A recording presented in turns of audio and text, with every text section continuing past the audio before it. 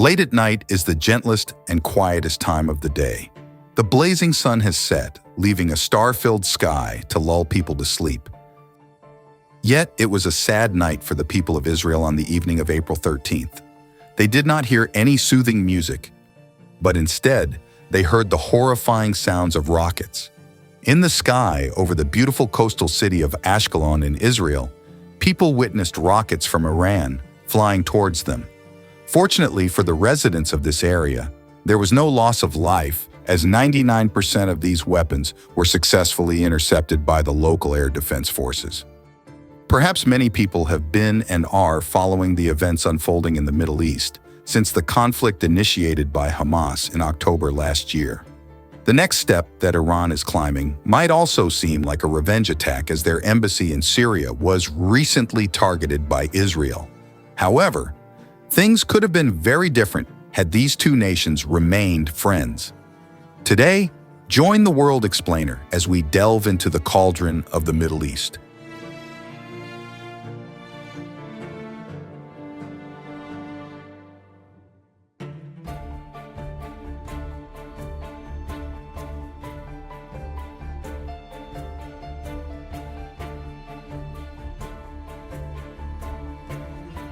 Firstly, we need to understand what exactly happened on April 13th.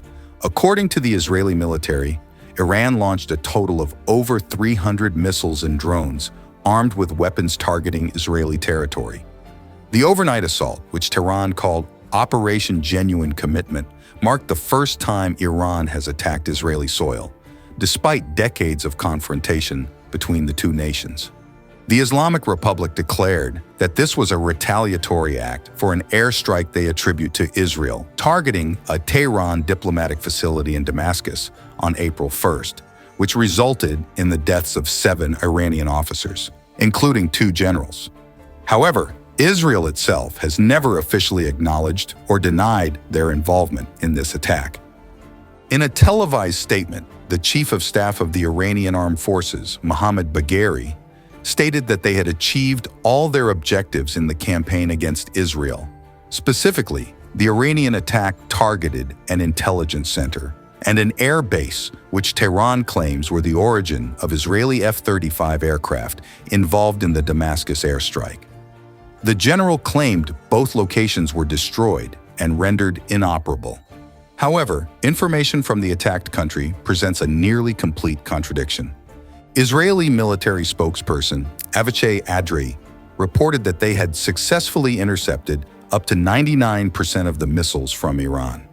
All approximately 170 unmanned aerial vehicles and more than 30 cruise missiles were intercepted outside the country's borders.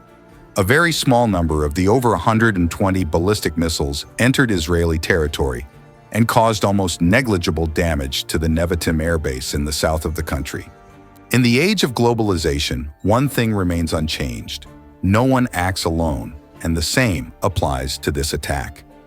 CNN quotes 2 U.S. officials revealing that the U.S. military alone intercepted over 70 unmanned drones and at least 3 ballistic missiles.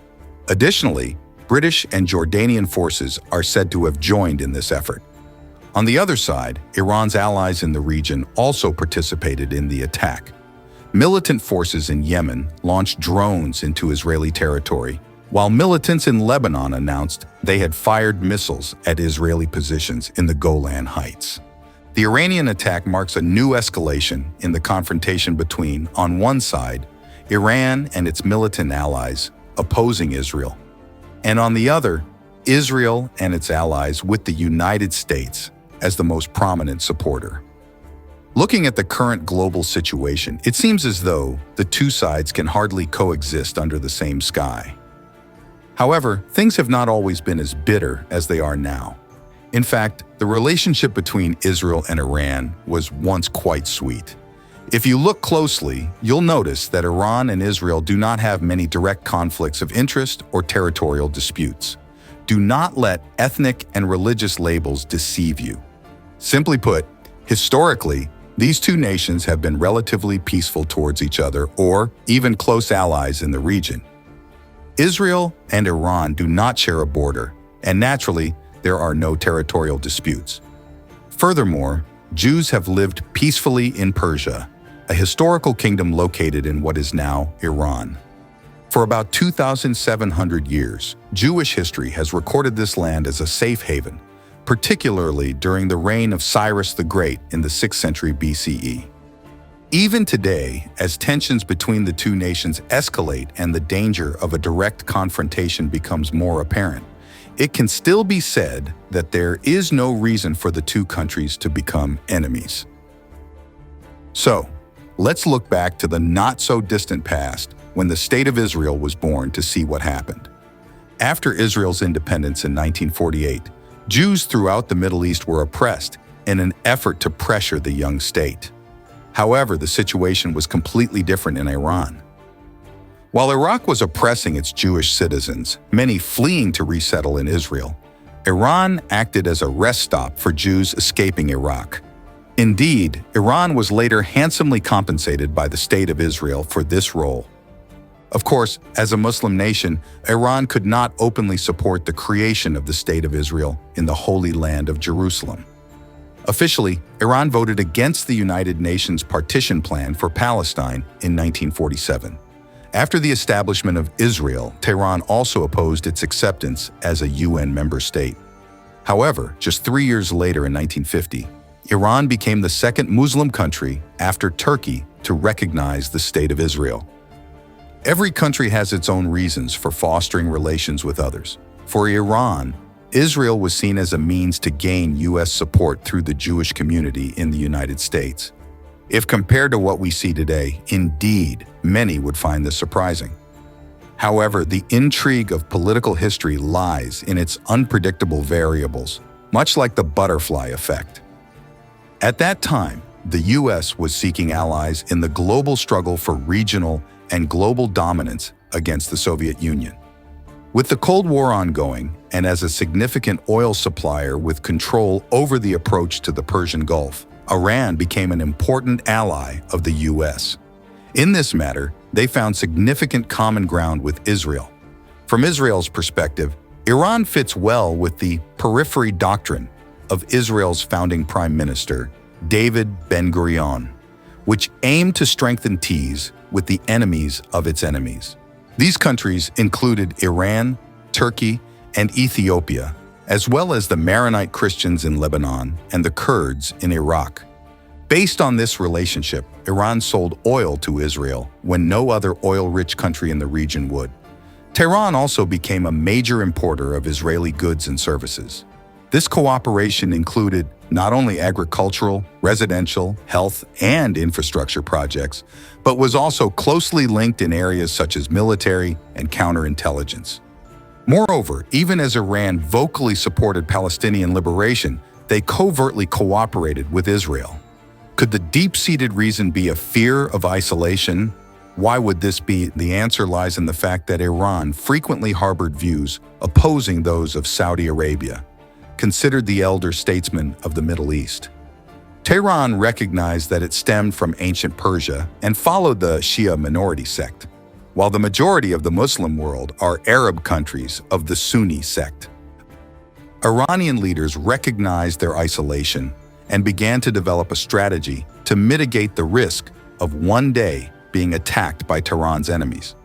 Thus, we can see that the cooperation between Tehran and Israel from as early as 1947 was truly situational and opportunistic.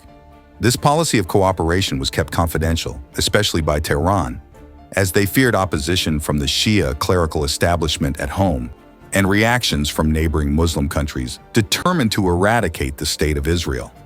In fact, just 2 years before the Islamic Revolution, Israel and Iran had cooperated on the Flower Project, a joint plan to develop a missile capable of carrying a nuclear warhead. Surprising, isn't it? However, as former British Prime Minister Winston Churchill once said, "There are no permanent enemies and no permanent friends, only permanent interests." During the warmest period of relations between the two sides, there was tremendous internal dissent within Iran. Most notably, Supreme Leader Khomeini insisted that Iran must join the Arab axis in the fight against Israel. The once favorable relationship between Israel and Iran ultimately ended due to larger geopolitical changes. The death of pro-Israel figures like Nasser in 1970 led to a warming of relations between Iran and the Arab world. Moreover, a 1975 agreement between Iran and Iraq led to a temporary reduction in hostility between these former enemies. In both cases, Israel's strategic value to Iran was diminished. Meanwhile, Muslim clerics in Iran continued to propagate anti-Israel ideologies. Thus, when the monarchy was overthrown in the 1979 revolution, and the secular authoritarian regime of Shah Mohammad Reza Pahlavi was replaced by the moderate Ayatollah Ruhollah Khomeini, relations with Israel were among the first to be severed. Living in exile in France, Ayatollah Khomeini returned to Iran on February 1, 1979, and less than 3 weeks later, he severed ties with Israel. In a further act of humiliation, he transformed the Israeli embassy into the headquarters of the Palestine Liberation Organization. During the 1990s, the rhetoric between Tehran and Jerusalem became increasingly hostile and threatening, as Iran replaced Iraq as the most significant strategic threat to Israel. A slew of extreme Islamic militant groups known to us today flourished in Gaza and Lebanon with Iran's support. All were engaged in the fight against the Israeli regime and Jews worldwide. The rhetoric reached its peak under two-term Iranian President Mahmoud Ahmadinejad. This hardline figure was deeply anti-Semitic. He even once stated that the Israeli regime is a stinking corpse of a bygone era and called for Israel's destruction, while denying the Holocaust perpetrated by Nazi Germany. Today, Israel's involvement in the conflict in Syria is primarily aimed at countering Iran's influence there. Tel Aviv has nearly freely conducted airstrikes targeting what they believe to be Iranian assets on Syrian territory. It is this action that led to the recent airstrike on the Iranian embassy in Syria. Analysts suggest that Iran's retaliation is largely due to domestic pressure, as Tehran does not want to be drawn into a large-scale conflict or war. Yesterday, the Iranian delegation at the UN claimed that this attack could be seen as the end and called for Israel not to respond. Israel exists like a black sheep in a hostile Muslim world.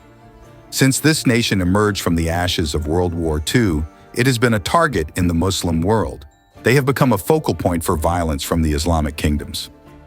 However, the approach of this Jewish state has also been overly blunt and stubborn.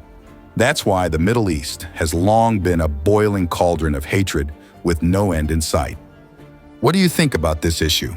Let's discuss this in the comments section below. For now, goodbye and see you next time.